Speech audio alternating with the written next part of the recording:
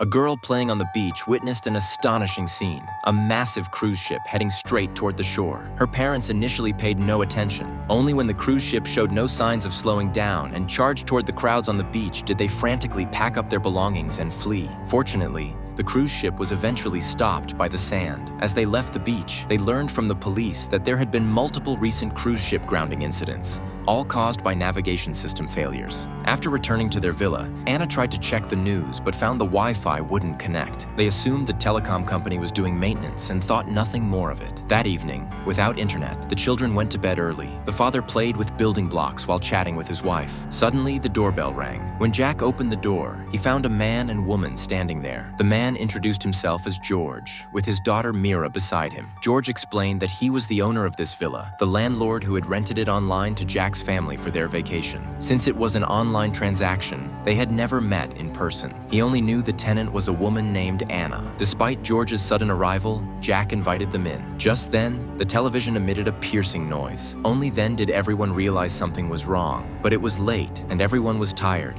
so they decided to rest first and check the situation in town tomorrow. What they didn't know was that after everyone fell asleep, the television suddenly regained its signal, broadcasting an emergency news bulletin. The next morning, Anna discovered the internet still hadn't been restored. She asked her husband to drive to town to check on the situation. Shortly after the father left, the young daughter discovered countless deer slowly approaching their house in the yard. Meanwhile, George also realized the severity of the situation. He decided to drive to his neighbor's house a few kilometers away to investigate. Upon arrival, he found the neighbor's house in complete disarray, with water stains all over the floor. After searching, he found a satellite phone. He tried to use it to call for help, but even though the signal showed full bars, the call wouldn't connect. Looking for a signal, George walked to a nearby beach. As soon as he arrived, he spotted an expensive watch on the ground. When he tried to pick it up, he pulled out a severed arm instead. Shocked, he looked around and discovered the beach was littered with body parts. Just as he stood there at a loss, an out-of-control plane plummeted from the sky. George immediately rushed back to the neighbor's house for shelter.